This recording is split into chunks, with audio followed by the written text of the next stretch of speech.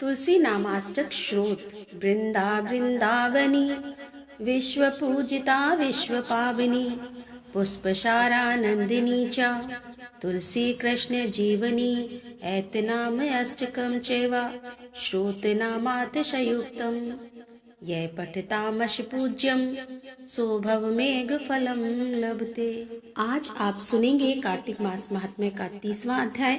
कथा सुनने से पहले आप सभी का दिल से आभार व्यक्त करना चाहती हूँ।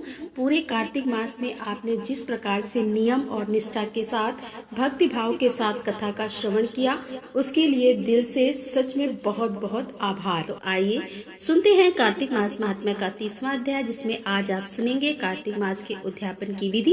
कार्तिक मास के व्रत के उद्यापन में तुलसी के मूल प्रदेश में अर्थात तुलसी की जड़ में भगवान विष्णु की पूजा की जाती है। कार्तिक मास के शुक्ल पक्ष की पूर्णिमा पर इस व्रत का उद्यापन किया जाता है। भगवान विष्णु की प्रसन्नता के लिए, उनकी कृपा की प्राप्ति के लिए उद्यापन कर्ता को तुलसी के ऊपर एक सुंदर मंडप बनाना चाहिए, जिसमें 4 दरवाजे हों। उस मंडप में सुंदर बंधन बार लगाकर उसे पुष्पमय चमर से सुशोभित करें। फिर चारों द्वार पर अलग अलग मिट्टी के 4 द्वारपाल पुण्यशील, सुशील, जय और विजय की स्थापना करके उन सब का पूजन करें। तुलसी की जड़ के समीप सर्वत्र भद्र मंडल बनाएं, जो कि 4 रंगों से युक्त होकर मनोहर प्रतीत होता है। सर्वतो भद्र के ऊपर कलश की स्थापना करें। फिर कलश के ऊपर नारियल रखें। इस तरह से कलश स्थापित करने के बाद लक्ष्मी जी के साथ विराजमान शंख चक्र गदा युक्त भगवान विष्णु की पूजा करें।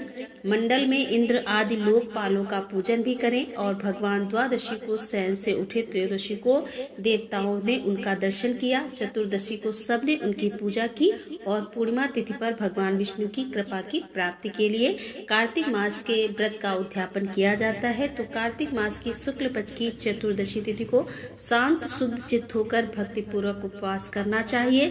फिर रात में गीत और वाद आदि मांगलिक उत्सवों के साथ जागरण करना चाहिए। जो भगवान के समीप भक्ति सहित गायन करते हैं वह 100 जन्मों तक पाप राज से मुक्त हो जाते हैं।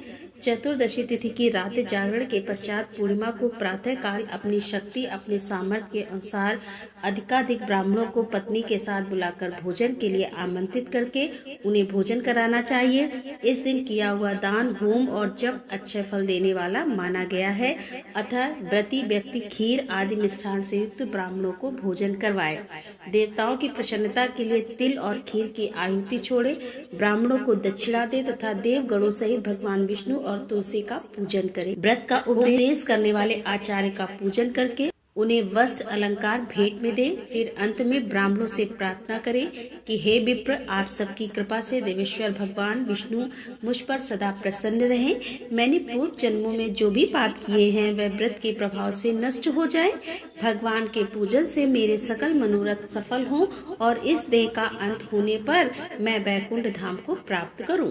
इस प्रकार क्षमा याचना करते हुए ब्राह्मणों को विदा कर दे। तत्पश्चात भक्त पुरुषों व परिवार के साथ बैठकर स्वयं भोजन करे। जो मनुष्य इस प्रकार से कार्तिक मास के उत्तम व्रत का पालन करता है, भगवान विष्णु की समीप को प्राप्त कर लेता है। जो भक्त पुरुष कार्तिक व्रत के इन नियमों का प्रचार करता है, उसके भी समस्त पापों का क्षय हो जाता है। जो भक्त कार्तिक मास का व्रत कर सकते हैं या कार्तिक मास में कोई भी नियम लेते हैं, उन्हें कार्तिक मास की पूर्णिमा तिथि पर विधि विधान से सच्चे मन से श्रद्धा भाव से अपना व्रत, अपना नियम भगवान विष्णु को समर्पित करके व्रत का और नियम का उद्यापन जरूर करना चाहिए, क्योंकि व्रत का उद्यापन करने से ही व्रत की पूर्णता प्राप्त होती है। इसके लिए पूर्णिमा तिथि पर भगवान श्री हरि विष्णु और तुलसी माता की विधि विधान से पूजा करनी चाहिए। और जिन वस्तुओं का त्याग आपने पूरे कार्तिक मास में कर रखा है या फिर चातुर्मास में अगर आपने कोई वस्तु त्याग कर रखी है, तो उन सभी चीजों का दान हम करते हैं पूर्णिमा तिथि के दिन। और फिर ब्राह्मण और ब्राह्मणी को घर बुलाकर पूजन कराकर और उसके बाद दान दक्षिणा देकर हम अपने व्रत का उद्यापन करते हैं, व्रत का समापन करते हैं। और कार्तिक मास का उद्यापन आपको कब करना चाहिए, किस प्रकार से करना चाहिए, भोजन आप कब करेंगे, यह सारी जानकारी आपको आने वाली वीडियो में मिलेगी। और अब आप सुनेंगे कार्तिक मास की कहानी। और कार्तिक मास की कहानी में आज आप सुनने वाले हैं एक ग्वाले और भगवान की कथा। एक ग्वाला था जो रोज गायों को चराने के लिए गांव से बाहर जंगल में जाया करता था। जंगल में एक संत का आश्रम था। वहां पर संत रोज तप, ध्यान, मंत्र और जाप करते थे। ग्वाला रोज संत को देखता, पर उसे समझ में नहीं आता कि संत यह सब क्यों करते हैं। ग्वाले की उम्र कम थी। संत के इन कर्मों को समझने के लिए वह आश्रम में पहुंचा और संत से पूछा कि बाबा, आप रोज यह सब क्या करते हैं? संत ने बताया कि बेटा, मैं भगवान को पाने के लिए भक्ति करता हूँ, रोज पूजा करता हूँ, पाठ करता हूँ, तप करता हूँ। ध्यान और मंत्र जाप करने से भगवान के दर्शन हो सकते हैं। संत की बात सुनकर ग्वाले ने सोचा कि मुझे भी भगवान के दर्शन करना चाहिए। यह सोचकर ग्वाला आश्रम से निकलकर एक सुनसान जगह पर पेड़ के नीचे एक पैर पर खड़ा होकर तप करने लगा। कुछ देर के बाद उसने सांसें लेना भी बंद कर दिया। ग्वाले ने सोचा कि जब तक भगवान के दर्शन नहीं होंगे मैं ऐसे ही रहूंगा। छोटे से भक्त की इतनी कठिन तपस्या से भगवान बहुत जल्दी प्रसन्न हो गए। वे ग्वाले के सामने प्रकट होकर बोले कि पुत्र, आंखें खोलो, मैं तुम्हारे सामने आ गया हूँ। ग्वाले ने आंखें खोले बिना ही पूछा कि आप कौन हैं भगवान? बोले कि मैं ईश्वर हूँ जिसके दर्शन के लिए तुम तप कर रहे हो। यह सुनकर ग्वाले ने आंखें खोली, लेकिन उसे तो पता ही नहीं था कि भगवान होते कैसे हैं, क्योंकि उसने कभी ईश्वर को देखा तो था नहीं।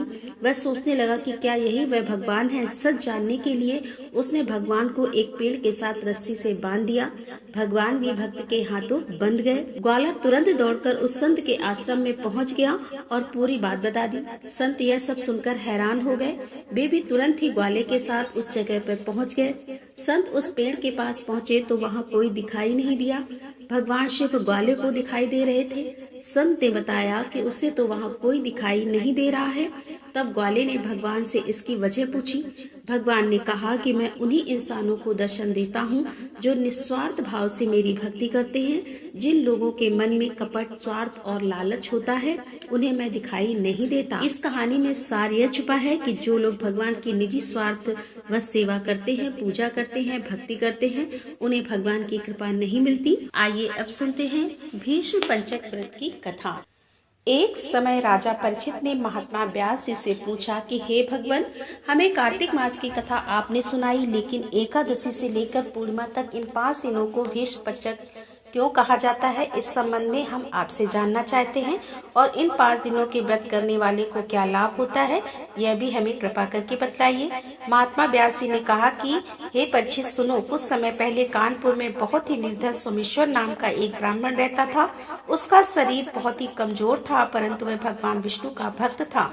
कार्तिक मास में वह रोज गंगा स्नान करता और भगवान विष्णु का पूजन करता। पर एक दिन वह शरीर से पीड़ित होते हुए भी गंगा स्नान करने गया, परंतु उससे घाटों की सीढ़ियां उतरी नहीं जाती थी।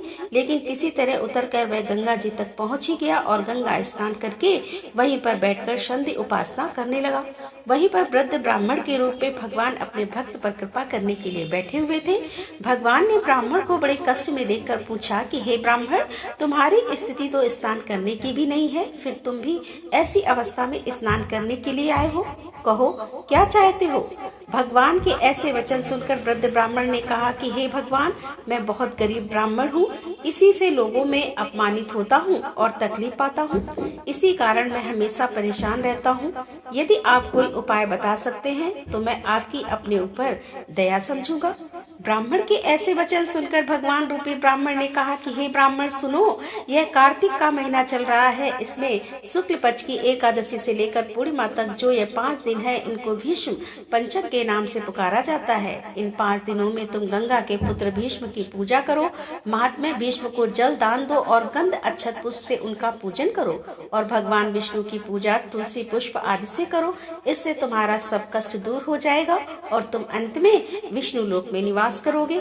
हे ब्राह्मण, महाभारत की लड़ाई में जब महात्मा भीष्म सैया पर लेटे हुए थे, उस वक्त अपने प्रिय अर्जुन को उन्होंने सब प्रकार का राजधर्म, व्यवहार धर्म, ज्ञान धर्म कहा था।